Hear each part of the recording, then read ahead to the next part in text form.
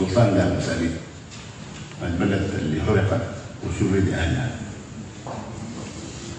أنا حقيقة يعني سعيد أيضا أيما سعادة بهذا اللقاء وهذا التجمع، ولا بد أن أحيي هذه الوجوه الطيبة، ولا بد من أن نقول كلمات، ونحن مقبلون على أو مقبلين على ديمقراطية وحرية الرأي وحرية الكلمة، فلا بد أن نحتمل كلماتنا.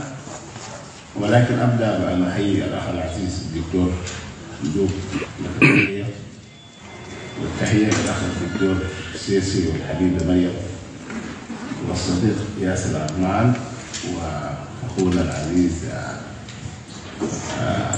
جعفر وكل الحاضرين في مقاماتكم الثانية. وعبركم لابد أن نحيي يعني الاتحاد الأوروبي ودولة فرنسا هذه الإمبراطورية التي آثرت أن تجمعنا، ونحن أهل السودان نعاني أيما معاناة أن نتجاوز أزمتنا هذه، فكان أمرا ضروري، فلهم التحية والتجلى. ونحن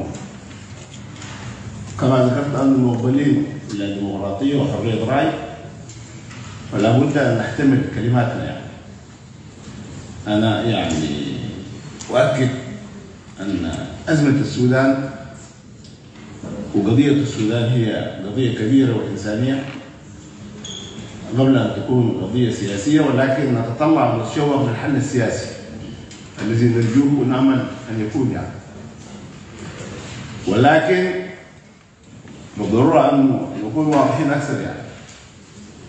وأنا بعيد بهذا المنبر بصفتي سلطان أمر الشخصية، لا أدري حتى الآن، قرأت ما أرسل لنا من أوراق واستمعت من بعض الكلمات، فيعني أريد أن أصدق عيوني أم أذني بما جرى أو ما سمعته أو ما رأيته، وأقول باختصار أن هذا الشكل أحترمه جدا وأقدره جدا، وهو جزء من حل السودان، ولكن هو ليس الشكل المثالي الذي يعني يقود إلى حل نهائي وحل عاجل وحل يقبل به أهل السودان.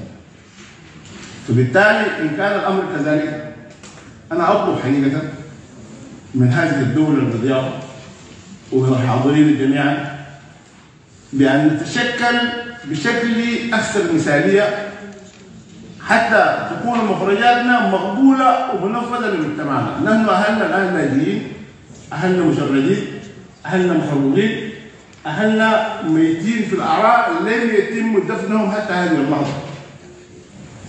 فما بالنا أن نستمتع بمثل هذه الرعاة الجميلة وهذه الضيافة الكبيرة وهذا الكرم المفضال، ونحن نخلص بمخرجات لم تكن مجدية ولم تقودنا إلى حل لمشكلتنا اللي احنا بنعيشها. فأنا أطلب وباسم أهلي وباسم الشعب السوداني إن جاز لي ذلك بأن يعني نتشكل بشكل أكثر مثالية حتى تكون مخرجاتنا مقبولة ومنفذة في أرض الواقع. وإن لم يكن الأمر كذلك فأنا أرجو أن تسمحوا لي بأن أغادر هذه الجلسة حتى لا أساهم وأشترك في أمر لا يقودني بل يؤذي مشكلة السودان. إن ذهبنا في هذا المنوال سنؤذي قضية السودان يا أخواني الكرام مع إحترامي الشديد لكم. فهذا هو رأيي وهذه هي رؤيتي، وأنا لن أتمكن من أواصل في أمر لم تكن جدواه كبيرة وعميقة وتعيد بأهل المشردين والمقتولين والمنهوبين والمحروقين إلى ديارهم في الوقت المطلوب. شكرا جزيلا، بارك الله فيك.